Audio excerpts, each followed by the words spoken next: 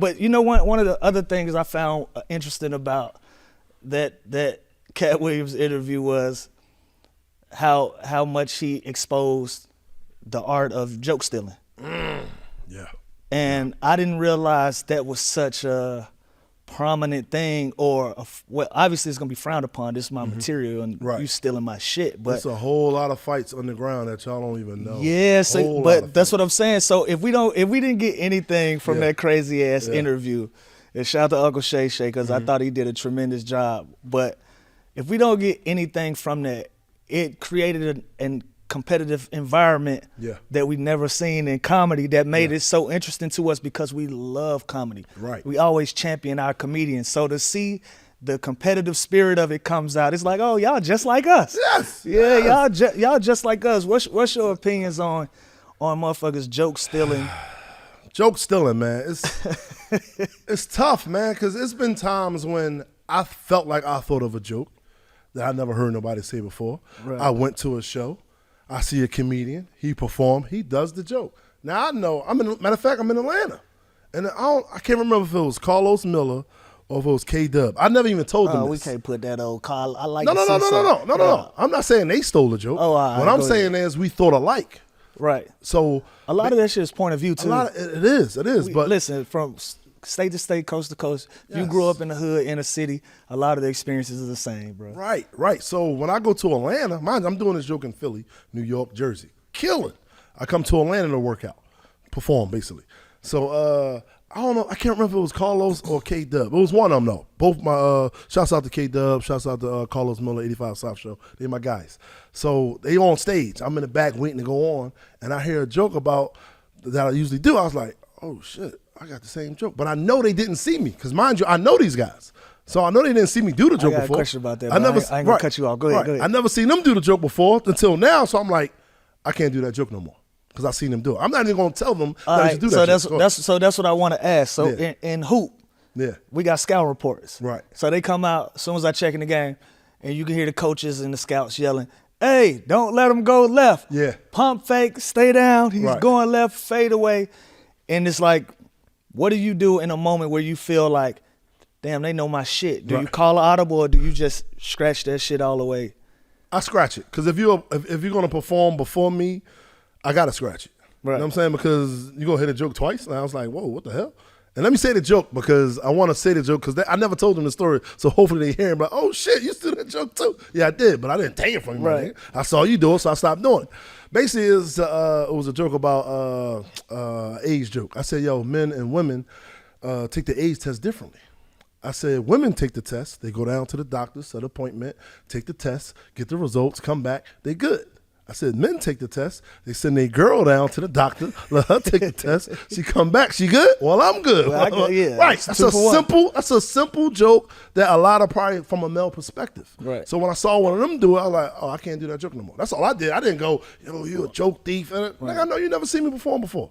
Well, I know you seen me perform before, but I know you ain't seen me do that joke before. You know what I'm saying? So I just scratched it. But joke stealing it's a real thing, though. It's prevalent in the community and very frowned upon. Does it get physical about jokes? Yes, can it get physical about a joke? There's a lot of fights in the comedy world that a lot of people don't know about, man. See, that's what we love. From your Martin Lawrences from back in the day. That's what we love. Y'all got to get on y'all TMZ shit now. Y'all got to keep the cameras rolling. You know, rappers, entertainers, the cameras are fucking rolling at all times. No, it definitely is. But I'm glad that interview was needed, though. No bullshit. The interview was needed for the comedy world, because the underground comedy world is not really known like that unless you go to comedy clubs, your local comedy clubs. Mm-hmm. A lot of people are not familiar with the underground comedians. They're familiar with the comedians on TV. Right. So all they know is the Cavs, the Jamie Foxx, the D.L. Hughley, Steve. They only know the ones that's on TV. You know, my favorite shit, I call you every Monday. I want to go see up-and-coming comedians. Right. Yeah. That's the best comedy is the underground, because those are the guys that's hungry and they want it.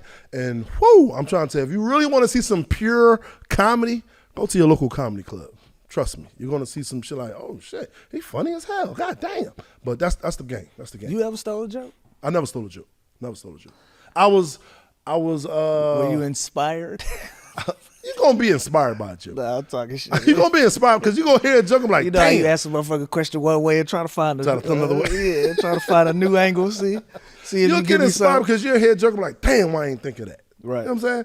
But I had got questioned about doing a joke. I'm on tour, and I do a show out here at the Hollywood Improv. And a comedian, shouts out to, God damn it, what's his name? I can't think of his name right now. It's still in my mind. It's going to come to me, though. He does the joke. He goes on before me. So I'm like, he does the joke. So I said, all right, I got to scratch that. I can't talk about that. It was a cell phone joke.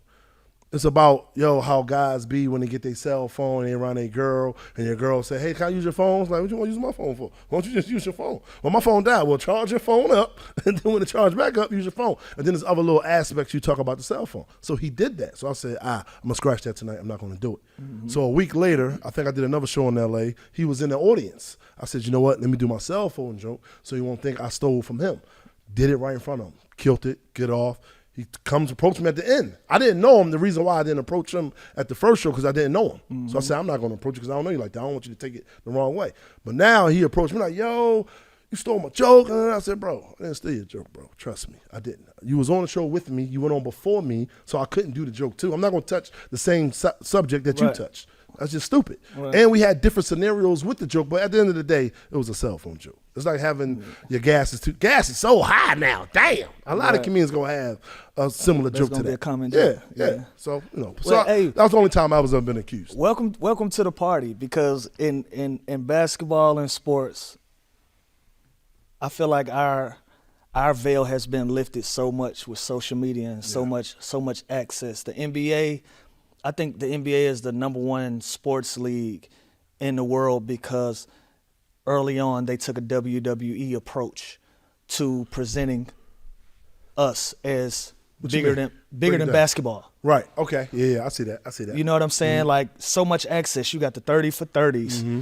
Now you got the Stephen A's and you got the guys that's behind the scenes with their sources, and it's so many. They be lying too. They be lying about. Of course, they lying about their sources. I can be source told me. I can be an anonymous source if I smoke enough. You know what I'm saying? I can convince myself of some bullshit and just say that that's what's going on. But because you have so much access to what's going on in our lives outside of basketball, that has made us bigger.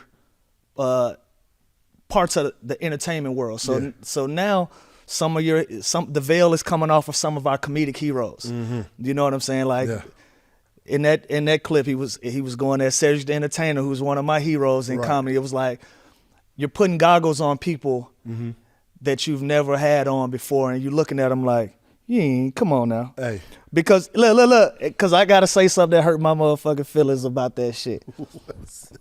As a young boy, I was 1,000% convinced Steve Harvey got the most perfect hair a motherfucker ever seen, man.